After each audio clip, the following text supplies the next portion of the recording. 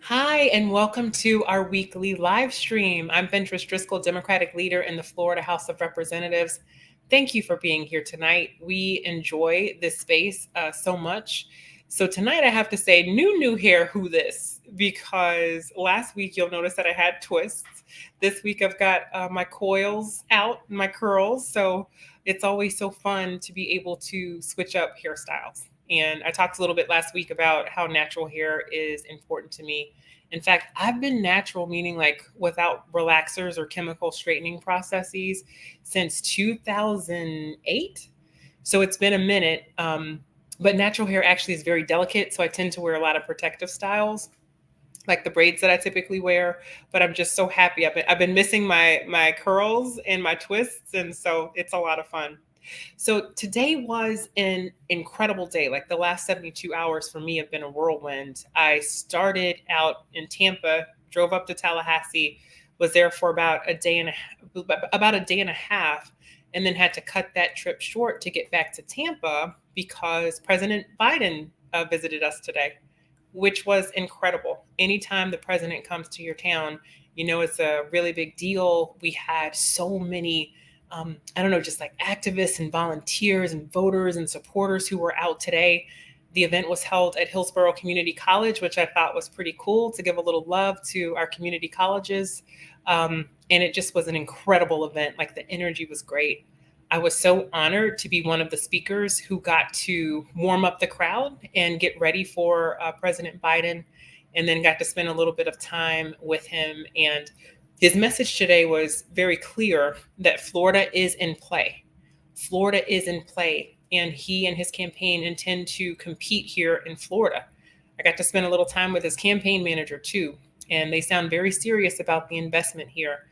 And they're watching what's happening with the issue of abortion access and the 6-week ban that went into effect. And President Biden did not mince words today. He had some very pointed and sharp words for Donald Trump when it comes to protecting our reproductive freedom. So I'm going to be honest, I was fangirling just a little bit, so much so that I even brought this sign home. You see that? Yeah. So that was my day. And what a wonderful day it was to be with people and to be with Democrats and just celebrate that. Sometimes you just need a little bit of opportunity to feel that community and love on each other. And indeed, it was a great day to be a Democrat. But we have such an incredible show lined up for you tonight. And I'm going to tell you a little bit about our guest before I bring her to the stage. And I'm trying to remember when I first met State Attorney Monique Worrell. And I can't remember, but maybe she might remind me. I think it could have even been in Tallahassee in a meeting in my office up there. But the Honorable Monique Worrell is our special guest. And she's a trailblazer, she's a visionary, and a relentless advocate for criminal justice reform. As the duly elected state attorney for the Ninth Judicial Circuit of Florida, Monique is not just a prosecutor, but a catalyst for change in a system that cries out for transformation. And just so you know, the Ninth Judicial Circuit is over in Orange and Osceola County over in Central Florida. So think the Orlando and Kissimmee area. She was elected in November of 2020 to bring reform to a criminal legal system that is fundamentally flawed in order to achieve equity and to move our system towards justice. She served as the chief prosecutor until August 2023. She's going to tell us a little bit about what happened in August 2023. I think it would be of great interest to our listeners. So as the state attorney, Monique stood at the helm of a new era of justice. Her tenure has been marked by bold initiatives, visionary leadership, and an unwavering commitment to equity. Monique's impact reverberates far beyond her title. And I think it's important to note that Monique was only the second Black woman in the history of the state of Florida to be elected state attorney. So without further ado, let's bring to the stage the Honorable Monique Worrell. Hello, friend. Hello, friend. Good evening. Good evening. Thank you so much for having me this evening. Well, I'm so glad that you're on the live stream, and we thought this was such an interesting topic to talk a little bit about criminal justice But we know that you also had been in the news for DeSantis taking liberties, I believe, and removing you from office. But let's start. So, what initially sparked your interest in the legal field? And could you share, how you transitioned into becoming a prosecutor? Yeah, so like many Black and Brown people, my family was impacted by the criminal legal system. And at a really young age, I knew that my destiny in life was to change the system. My oldest brother was a veteran of the United States Air Force and suffered from PTSD and bipolar disorder. And he would self medicate with illicit substances, as do many individuals with that pair of diagnoses, and spent most of my life in and out of the criminal legal system.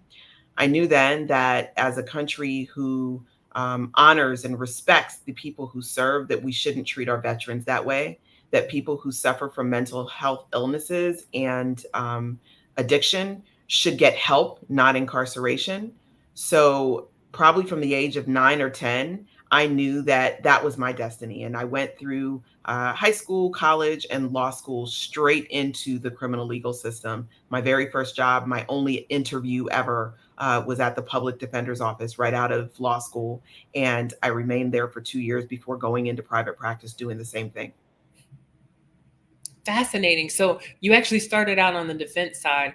What led you to, well, first of all, what is a state attorney, right? Like, let's explain that for our viewers because that may be a term they're not familiar with, and talk a bit about how you transition from the defense side to the prosecution side.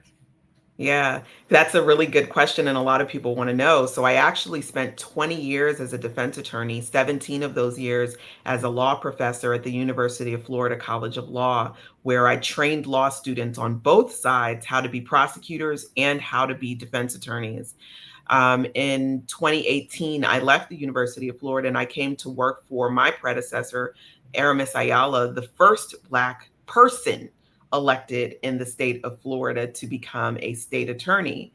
And I worked for her in her conviction integrity unit. Now, conviction integrity unit is also a term that's unfamiliar to people. It was unfamiliar to me, and I practiced law for 20 years.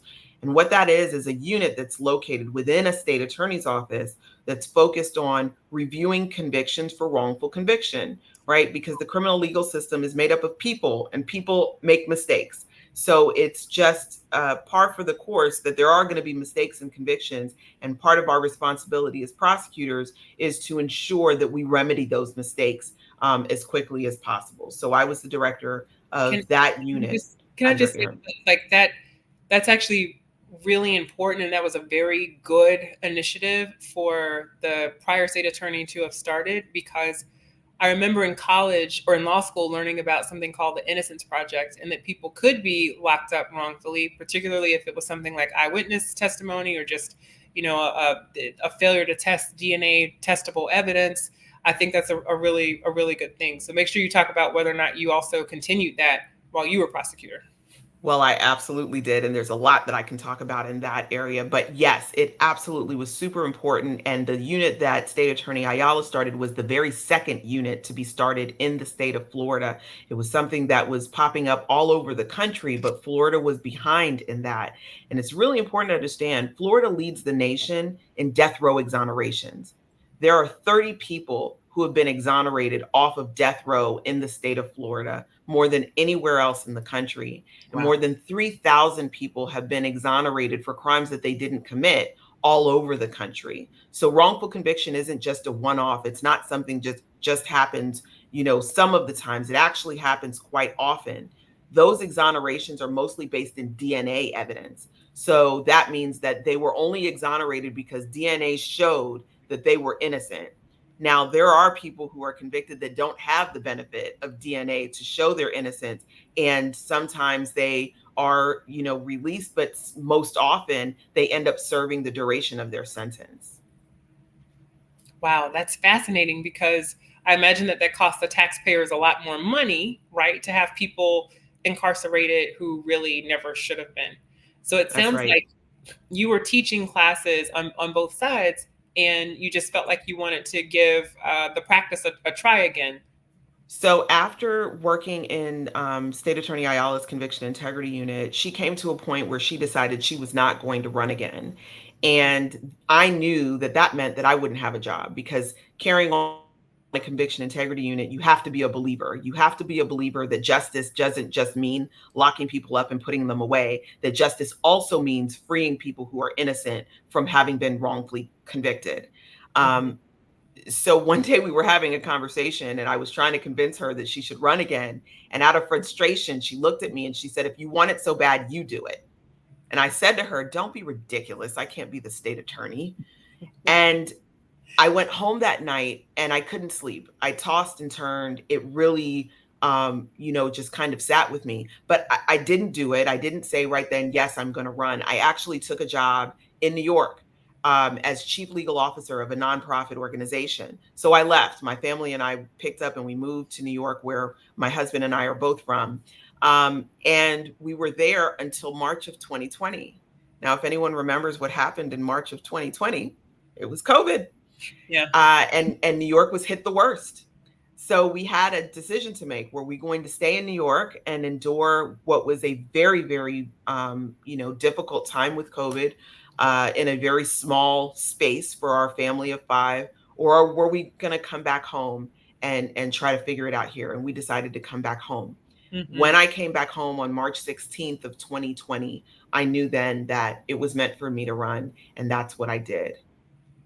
That is so awesome. And, I know we both have worked with organizations like Ruthless, which helps to train and prepare women candidates to run for office. But I've always been struck by the fact that it oftentimes takes asking a woman to run like multiple times. She has to hear you ask multiple times, whereas our male counterparts are like, yeah, I should totally run for that.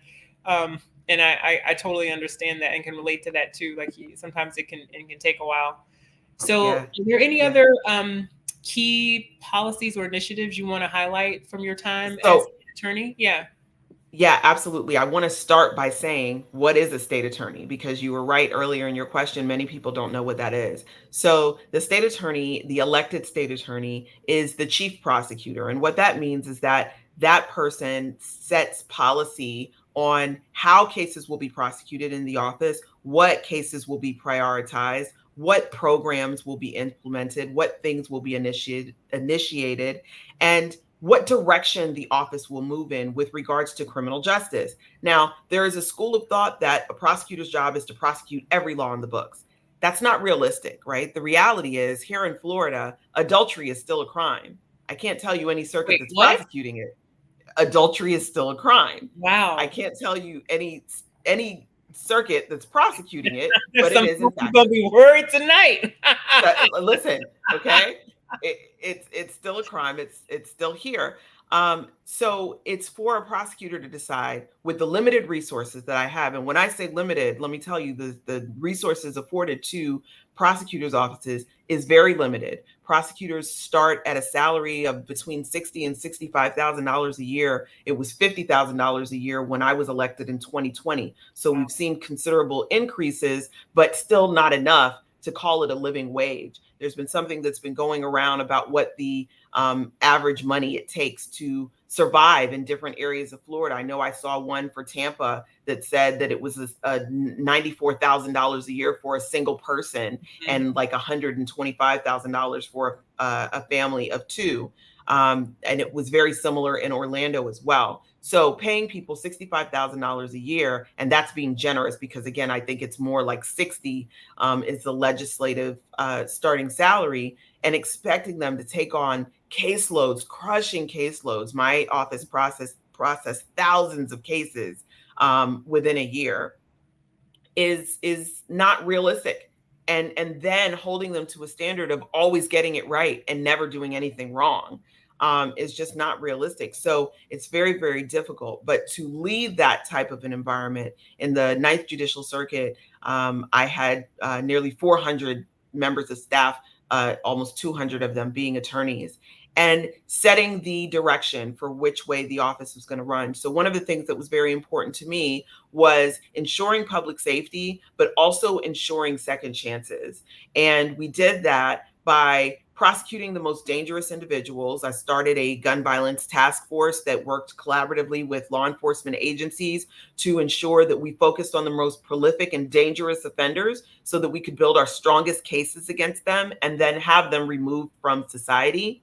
But on the flip side of that, we also implemented the adult civil citation program, where individuals who were stopped by law enforcement for very low level nonviolent offenses had the ability to receive something that's similar to a ticket.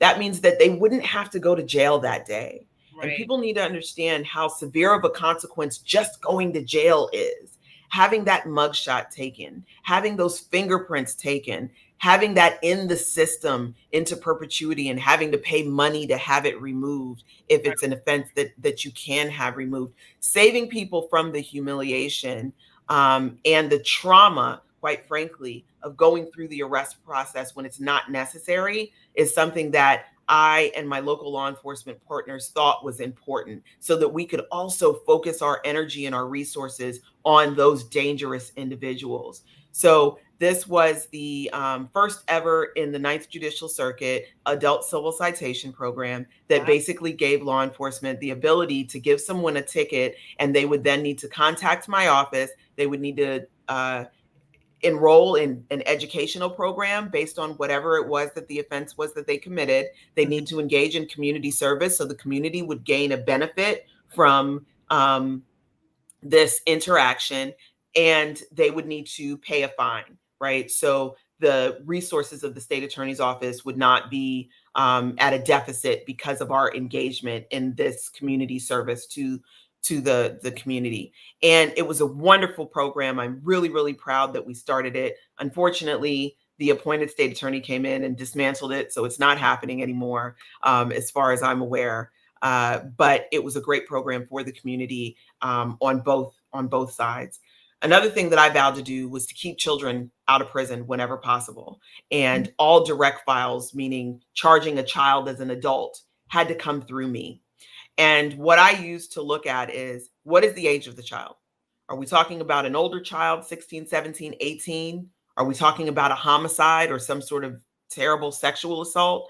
What is the seriousness of the offense? What is the age of the child? And those were the factors that I used to make a determination on whether or not this child should be treated as an adult. And I don't think any child should be treated as an adult, to be very clear. But we have a deficit in our juvenile justice system where it is not equipped to deal with some of the most dangerous offenses that can be committed by children. And in those instances, we don't have a choice. We have to utilize the resources of our adult criminal system because Mhm. we don't have the appropriate resources in our juvenile system. And So let me those are just a few of the initiatives. and those are great. Let me just maybe highlight a few things, which is that, the state is involved in the funding that our state attorney's offices receive and that our public defenders receive. And as a lawyer myself, even though I've never really practiced criminal law, maybe like a few misdemeanors early on in my career, I definitely studied it in law school.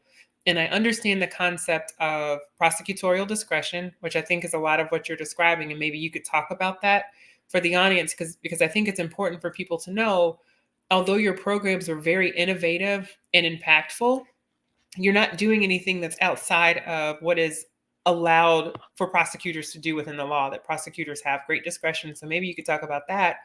And then with the funding piece, just for our audience to know, I year after year, I would be a part of a group of legislators who would advocate for better funding for our court system, and including our state attorneys and our public defenders, because these folks work so hard. They carry the load of our criminal justice system, and they are not paid what they are worth. And like the state attorney said, expects it just to work miracles with so little, even though we know that it costs money to prosecute people, but the state is consistently underfunding you. So just wanted to highlight that funding effort that certainly touches on what the state decides to do with its budget. And we could provide better funding, but there have been policy choices not to do so. So would you talk a little bit about prosecutorial discretion, and how that enables you to run your office in a way that is efficient and economical? Yeah. So, prosecutorial discretion has been a thing ever since the creation of the criminal legal system. Yeah. It's only now under attack because the faces of the prosecutors are changing. When the criminal legal system was run mostly by white men, and if you look through the history of who the elected prosecutors were here in the state of Florida, that's who they were. No one was looking at what they were doing and what cases were being prosecuted and which ones weren't, and how many people were being incarcerated and how many weren't. They had their positions and they were free to run their offices the way they saw fit, and they answered only to their constituents. And if their constituents didn't think that they were doing a good job, then they voted them out and they put someone in place who did what they wanted done. Now, here in recent history, we're seeing a lot of attacks on prosecutorial discretion. What's happened with me, what happened with State Attorney Warren over in Hillsborough County. But we see it throughout the country, and it's become a huge political target where we are doing assessments and Monday morning quarterbacking, if you will, the decisions of people who have been elected by their constituents to make the best decisions in accordance with the will of the voters. And we're having people come in and say, for instance, and we'll get into this a little bit more later, in my situation, the governor says that I was removed because I came in last in the list of incarceration. That's not even a thing. Yeah. There's not a race for incarceration. The American Bar Association does not give us a platform that says, as the prosecutor, you have to incarcerate so many people. In fact, in the standards of a prosecutor, the American Bar Association tells us that it is our job to ensure that the justice is served in the system. And where there are injustices, we have a responsibility to remedy those injustices. That our job is not solely to convict, it is to do justice. But now we have a governor who's saying that because you're not incarcerating enough people, and that's a very subjective number because Right. no one can tell me what incarcerate people means, that you're neglecting your duty. And the American Bar Association has spoken out against this. The National Bar Association has spoken out against this, and many other bar associations has come forth and said, hold on, this has gone too far. We Yeah. have to respect prosecutorial discretion. Because prosecutorial discretion really is fundamental. I really want our viewers to understand this. It is fundamental to how our criminal justice system works.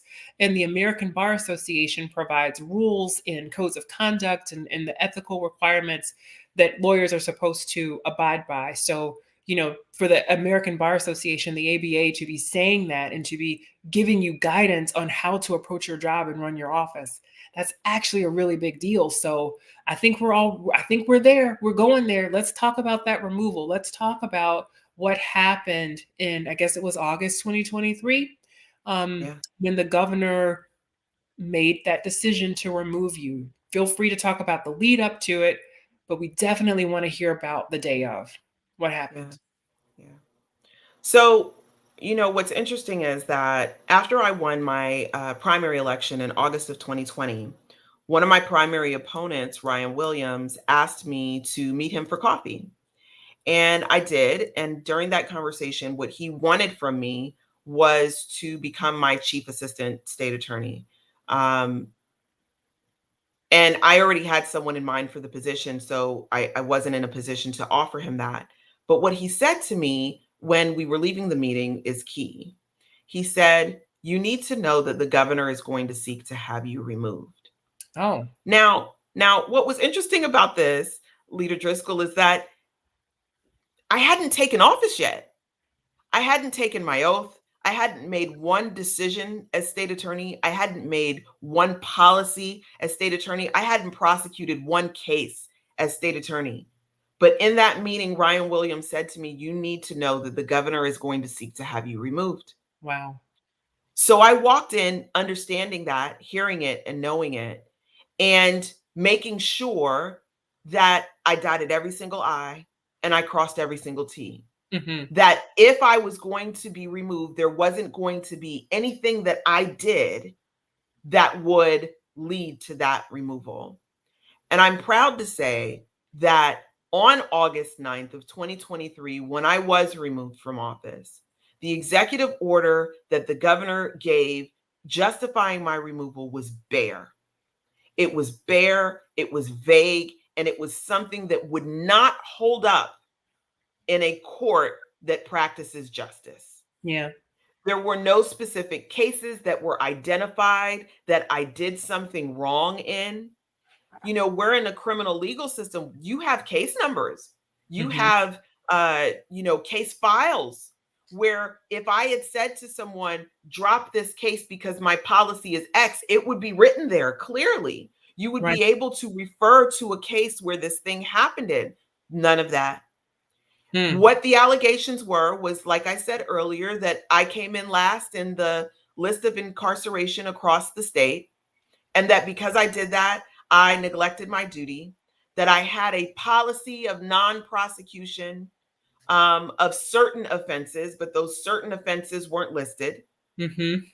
that I had a policy of not implementing minimum mandatory sentences, which, if you look back through the history of my tenure, you will see that minimum mandatory sentences were absolutely implemented when they were warranted.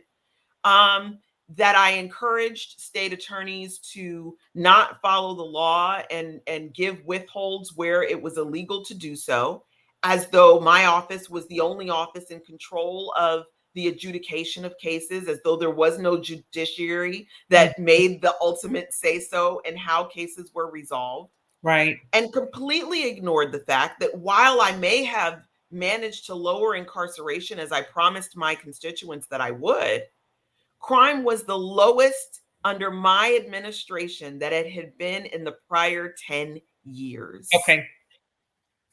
That's key. So you're saying that in Orange and Osceola County, which was your jurisdiction in the Ninth Circuit, that crime was at the lowest that it had been in years, and yet 10. in 10 years, and yet you are being punished for having lower incarcerations. But I just, I wasn't a math major, but I'm just going to imagine, you let me know that if crime was lower, doesn't that almost necessarily mean that there might be fewer incarcerations? If you're focused on incarceration instead of justice. Mhm, mhm. Not Which if you're focused on incarceration instead of justice, because what we have now is a huge pendulum shift, and mhm, people are being maxed out. Judges are having to hold the prosecutor's feet to the fire because they're asking for maximum sentences on everything. mhm. People are being sent to prison for nonviolent offenses. It's a complete pendulum swing from Yeah. the justice that the people of Central Florida voted for. And let's talk about that. What is the impact, do you think, to your constituents? Like, what do you think is the impact to your constituents, to the voters who voted for you? They Yeah. heard your vision. They heard your story, right? Of who you are as a person, as an attorney, and how you would run your office. They voted for you in that vision. And to have someone who yes, is elected in the state, but who's not elected in that district, right? And didn't get Specifically rejected in this district. specifically rejected in that district. That's a powerful point. What's the impact to voters? Like, what message does this send to them, and how does this impact our democracy? So it's voter suppression. That's exactly what it is. It's voter Mhm, suppression. Nearly 500,000 people voted for me to be their state attorney in 2020. And mhm, by removing me, what the governor has said, and by accepting the appointment, what the appointed state attorney has said is that they don't care about the will of the voters, that they know better than the will of the voters, and that they are going to impose their will, not the will of the voters, on our community. And mhm, it's voter suppression. And it is intended in the same way that the voter police going around to round up formerly incarcerated individuals who voted after division of elections told them that they could vote, and we created a whole police force to go out and round up these individuals. And my understanding is that out of all the people who were arrested, only one of them actually had a charge that could go forward. It's voter suppression, making people either fed up and frustrated and feeling like their vote doesn't matter because I elected this person and the governor just came in and put who he wanted in place, Right. or putting the fear in people that if I vote and I'm not sure, then I could be arrested, and I don't want that, so I'm not going to vote. It's another form of voter suppression, and what it is doing is it's degrading our democracy. That's what it's doing. When I talk to voters on a daily basis, when I make my phone calls, I tell them I'm running for reelection to bring the vote back to the voters and Yeah, democracy back to Florida. that's right. So I want to read something that's in the chat. Um, Dana, and thank you for tuning in, Dana. She says that voters have become disillusioned. Time and time again, things happen that tell us that our votes don't matter, that the established system doesn't work for us. There are still examples of the system working, especially within the legal system, but in politics, it's hard to believe that our efforts are worth it. I know what I would say to Dana, but I want to hear what would you say to Dana, to a listener out there, a voter who's concerned that her vote doesn't matter, And we encounter, I know you probably also encounter a lot of people who feel this way. What would you say to Dana? Dana, we have to keep fighting until it does. We have to elect leaders who will prioritize our democracy. This is not the time for us to be disillusioned and for us to sit home. We sat home in 2022 because we didn't think our votes would matter. Mhm. Now is the time for us to stand up and fight. Now is the time for us to ensure that we elect leaders who prioritize democracy and not autocracy. It's more important now than ever because we are on the cusp of losing our democracy. I believe that in the last 5 years, we've lost more rights than we gained in the prior 50. Mhm. And if we don't stand up and do something about it, if we don't activate, get out, encourage people to vote, push past the disillusionment, not that it's not justified, I understand. But if we don't do something about it, we're going to lose our whole democracy. And I would hate for us to wake up and look back and wish that there was something else that we could have done. Man, that is powerful. That is powerful. State Attorney Worrell, I love that. And I guess what I would say to Dana is, I have parents who grew up in the segregated South and in the civil rights movement. They are from right here in Central Florida. And I can remember after the 2016 election feeling like, how could our country have done this? Gotten to the point where politics just seems so acrimonious. Everybody's at everybody's throat. You can't, have a conversation. Elected a man who really was trying to turn our democracy upside down and turn our institutions upside down. And my mom reminded me, right? Like we come from strong stock. I think America has to remember who she is. We have to remember who we are as Americans. We have to remember that we are at our best when we come together. We're at our best, frankly, when we face times of opposition, right? And then we realize that we have to pull together and to keep trying to create that more perfect union and that future that we all want to see. And so, if we did it in the civil rights movement, if we did it in the suffrage movement, if we did it in the Civil War and during Reconstruction, we've had to do this time and time and time again. We know how to do this. We know how to be a democracy. Okay? We know how to do this, but it does take everyone doing their part. Monique can't do it alone. I can't do it alone. We need everyone to do that part, and that certainly means voting. So thank you, Dana, for that in the chat. Thank you, Monique, because that was so powerful. So when considering the removal of elected officials from office, because I almost feel like who knew that the governor had this power, right? We hadn't seen this power used in this way, or maybe even abused in this way. Are there any mechanisms that you think should be in place to safeguard against this in the future? And if so, what sort of things should be in place? Oh boy. So I don't believe the governor has the power to do this. I Hmm. believe that what the governor has is the cover of a judiciary and a legislature that is for him. So he can take these type of liberties because he has cover. I think that we need to legislate that nothing like this can ever happen again. Hmm. That when the Constitution was written and a neglect of duty and dereliction of duty was written, this wasn't what it meant, right? The authors of the Constitution didn't mean, if you are not aligned with me ideologically, then Mm, I can say that you're neglecting your duty and I'm going to remove you from office. Neglect of duty means I get elected, I come into the office, and then I leave for the rest of my term. That's neglect of duty, right? Dereliction of duty is that I am intentionally doing things that are contrary to my oath to protect and to serve, right? Or some criminal activity or involvement that would then invalidate me from serving in a position of imposing sanctions on people who break the law, right? So we've got to tighten up the constitutional provision so that it's clear that this should not happen again.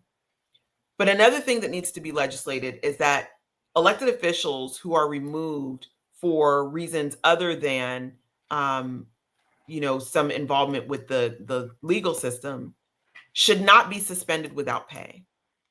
mm, And this is really important because it's done in a way that it's intended to destroy people and to destroy their lives. So let me explain what I'm talking about. yeah. When I was suspended, when State Attorney Warren from Hillsborough County were suspended, we were both suspended without pay. And not only were we suspended without pay, but the Constitution says that the elected state attorney may not engage in the private practice of law. So for 23 years, my only livelihood has been practicing law. Hmm. And I was suspended without pay, not fired because the governor doesn't have authority to fire, but suspended and still the elected state attorney. Wow. So the provision that means I can't practice law means I can't earn a livelihood. So he intentionally, it's like he put you in an intentional limbo.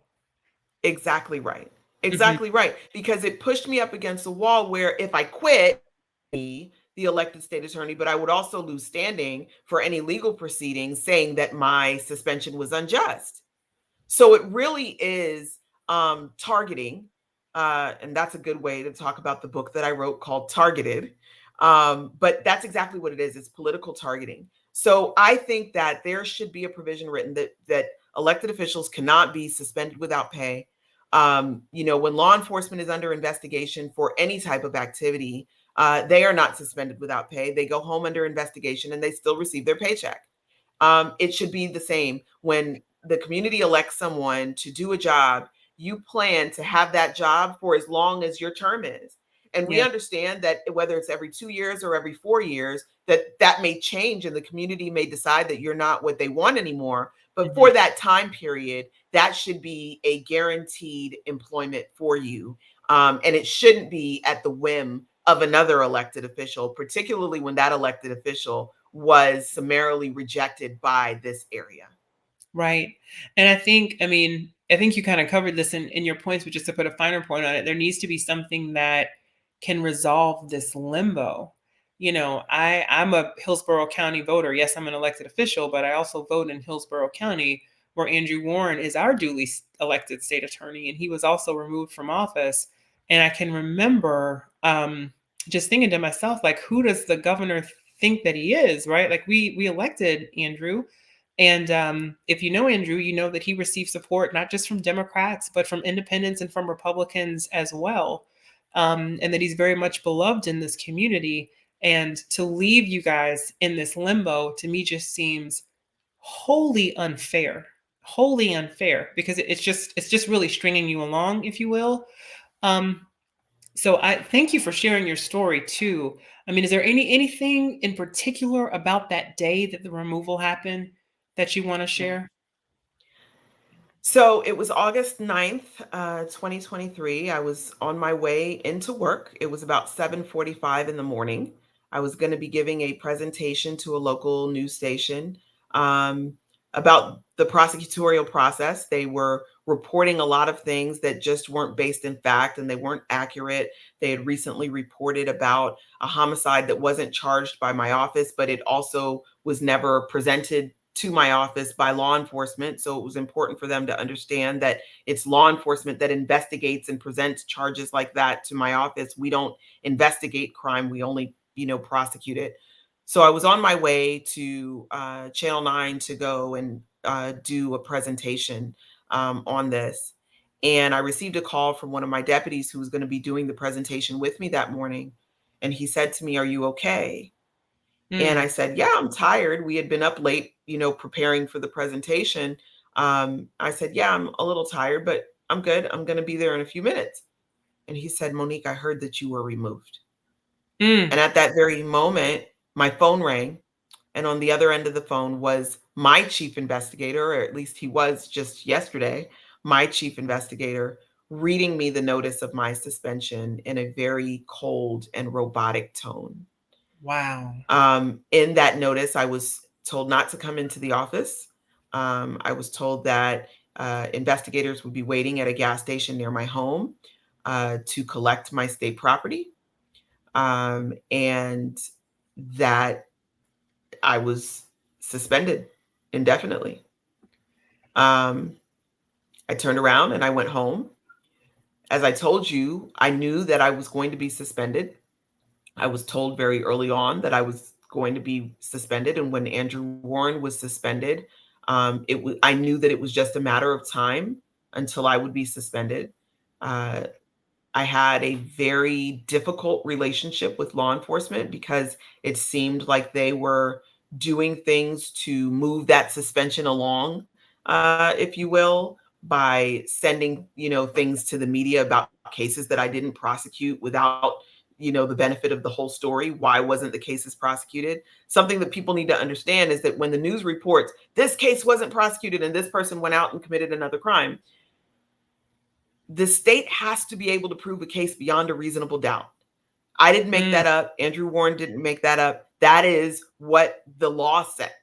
That in order for us to move forward on a case, we have to be able to prove that case beyond a reasonable doubt. And sometimes we can't do that. And there's several reasons. We may not have a witness that wants to cooperate. We may not have a witness that's credible. We may not have sufficient evidence that the individual who is accused is the individual who committed the crime. Not wrongfully convicting people was something that was very important to me. So if I felt like the evidence was insufficient, I told my prosecutors, we don't move forward unless we have sufficient evidence. We will not throw it up against the wall and see what sticks. And that Mm. was different. And law enforcement didn't like it. And because of that, it created a friction between our agencies because their job was to investigate the case and bring me the evidence. My job was to determine whether or not the evidence was sufficient. Not my personal job. It was the assistants who worked for me, their job, but I led the direction on what's sufficient evidence and what isn't. And we saw cases over and over and over again. The Osceola County Sheriff held this huge press conference where he told the media that there had been however many cases of drug trafficking presented to my office from 2022, and out of them, 0 resulted in drug trafficking convictions. Well, what he didn't tell the media was that it was March of 23, so many of those 2022 cases were still working their way through the system. But Mm. of the cases that he had presented, there were cases where he arrested the wrong person, where the drugs that he collected while he charged a trafficking weight, the weight wasn't trafficking once it was weighed by the Florida Department of Law Enforcement. So a trafficking charge wasn't justified. Some of the substances weren't even illegal substances when they were tested by the Florida Department of Law Enforcement. And others cases went away because of motions to suppress because they illegally obtained the evidence that they sought to have my office prosecute. But none of those things were reported. Mm-hmm. And those cases were actually listed by the governor in his executive order for my removal, right? So it was just very, very difficult to hear all of the things taken out of context and Yeah. being used, to justify my removal. But as I said, we knew it was coming, and I knew I had the plan in place, what I would do. I would host a press conference. I would talk about how our democracy was under attack. I would talk about how wrong my removal was. At that point, I hadn't had an opportunity to read the executive order so that I could see what the allegations were against me. But soon after, we learned that the executive order was bare and it really didn't have very many facts that could justify my removal. Well, I can remember watching the governor's press conference as he was announcing your removal. And I don't know if I've ever yelled at the TV more, because it was very apparent to me, even without knowing the full story, it was very apparent to me that there were so many holes in his story because the examples just weren't adding up.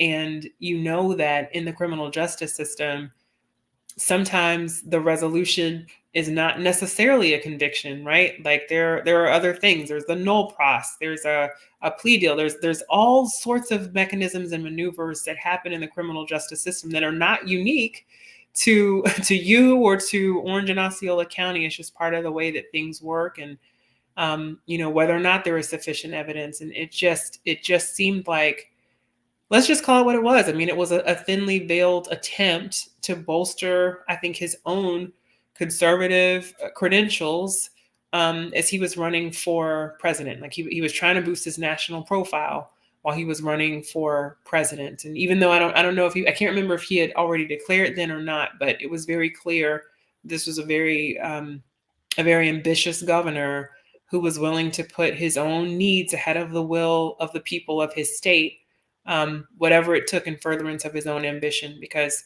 how does he even have time to focus on this when Florida's facing a property insurance crisis, an affordability crisis with housing and healthcare and all sorts of other issues?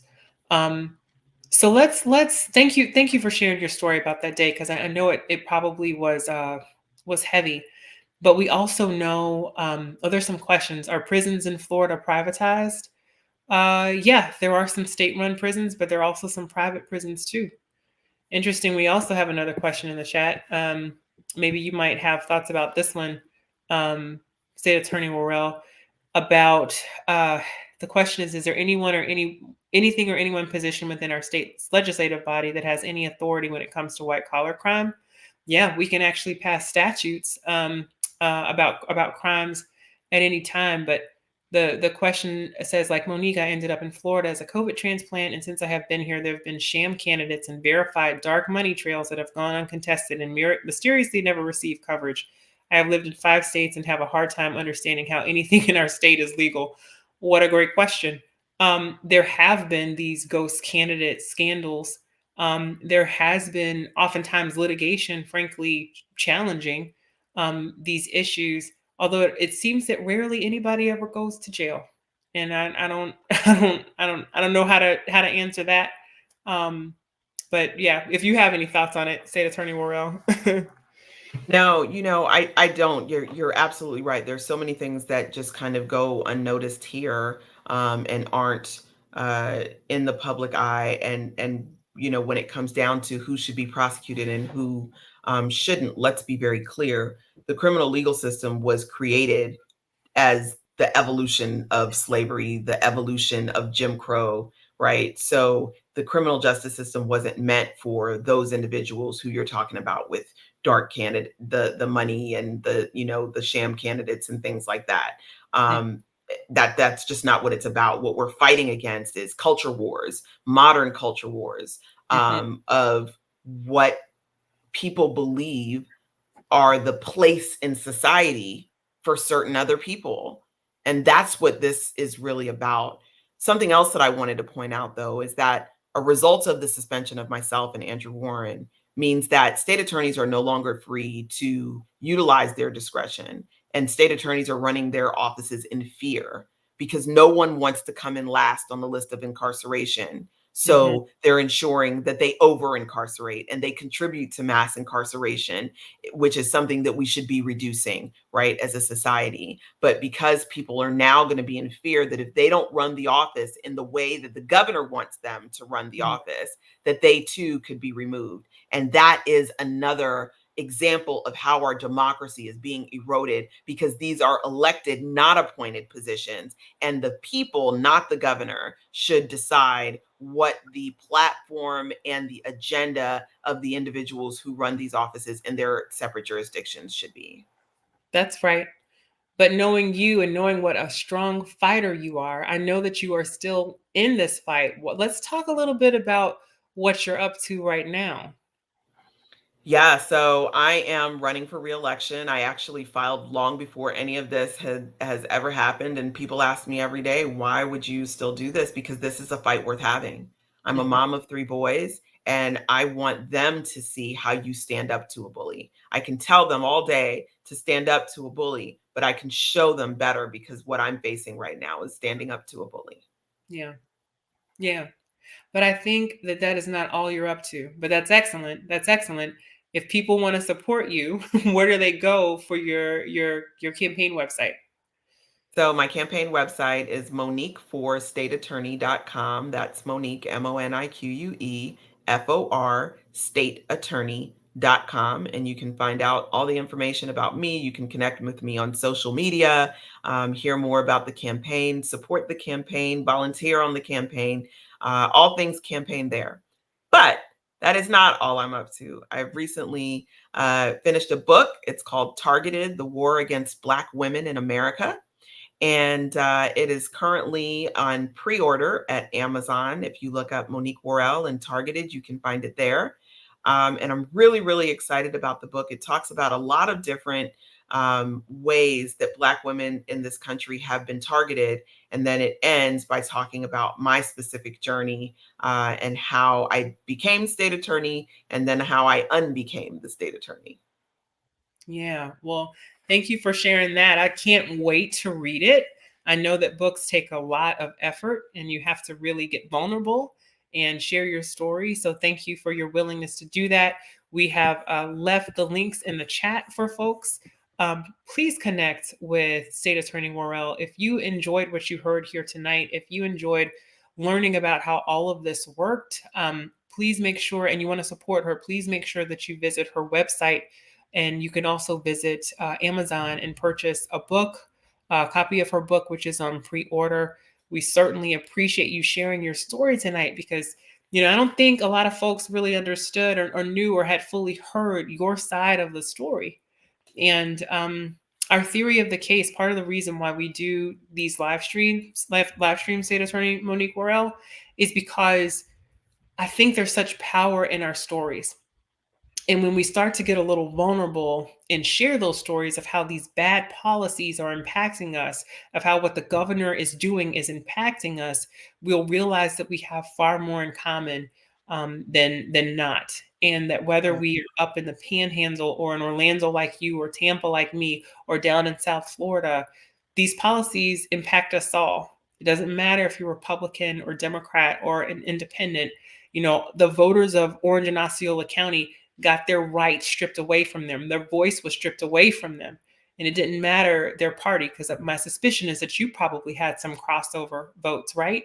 So, and that's not okay. And I want voters to know and understand that their votes do matter and that their voices do matter, because if they didn't, the opposition wouldn't try so hard to silence you and they wouldn't work so hard to take it away. And so please don't let anyone ever make you feel like your voice doesn't matter, that your vote doesn't matter. It certainly matters to me. I know it matters to State Attorney Worrell.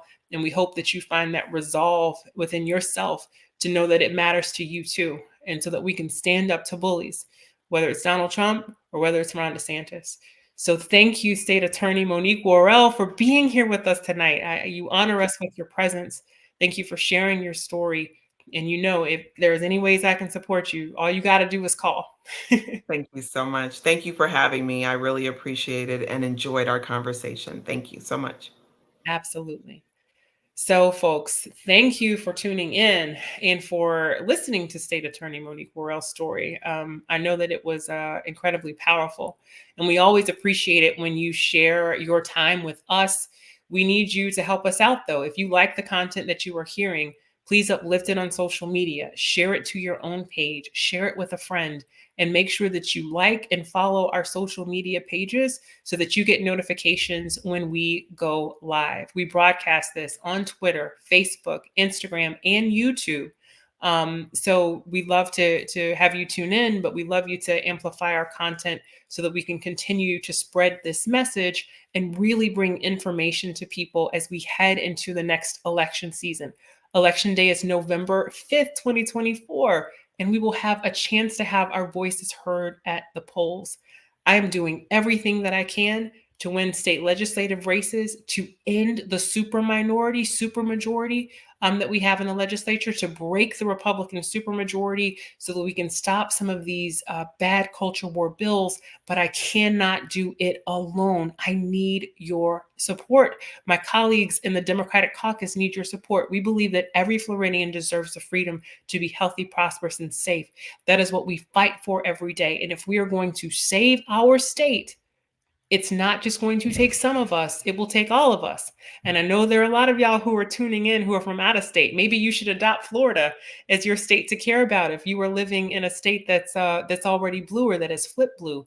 We're trying to get Florida back because we know that it's not a red state. It performs as a red state, but the people here really are more purple, or I think even blue. So if you can do anything to support, whether that is a contribution, you could give $5 a month for the 5 issues that you care about. That would be so helpful. You can visit my website at venturesforflorida.com and give. You can sign up to be a volunteer because we're going to need your time and your effort too. And even though these problems seem really huge, really outsized, how are we ever going to take back the state? Just remember that a 1,000-mile journey begins with a single step. And the way that we accomplish this is one step at a time. The third thing I need you to do is make sure that you are registered to vote. Do not take it for granted that your voter information is up to date. Check in with your supervisor of elections to make sure that your voter file is current. Make sure that they have a good signature for you on file. And please remember to re-enroll and vote by mail because everyone was kicked off the rolls because of a bad law that passed a year or so ago. And please make sure that everyone you know is registered to vote as well. And I'm going to end this live stream as it started, which was to remind everyone that Florida is in play and Florida is worth fighting for. And so we will fight. We will fight with everything we've got to show up at the polls and to take back our state. Thank you so much for tuning in. We'll see you here next Tuesday for our next live stream. Take care, everybody. Good night.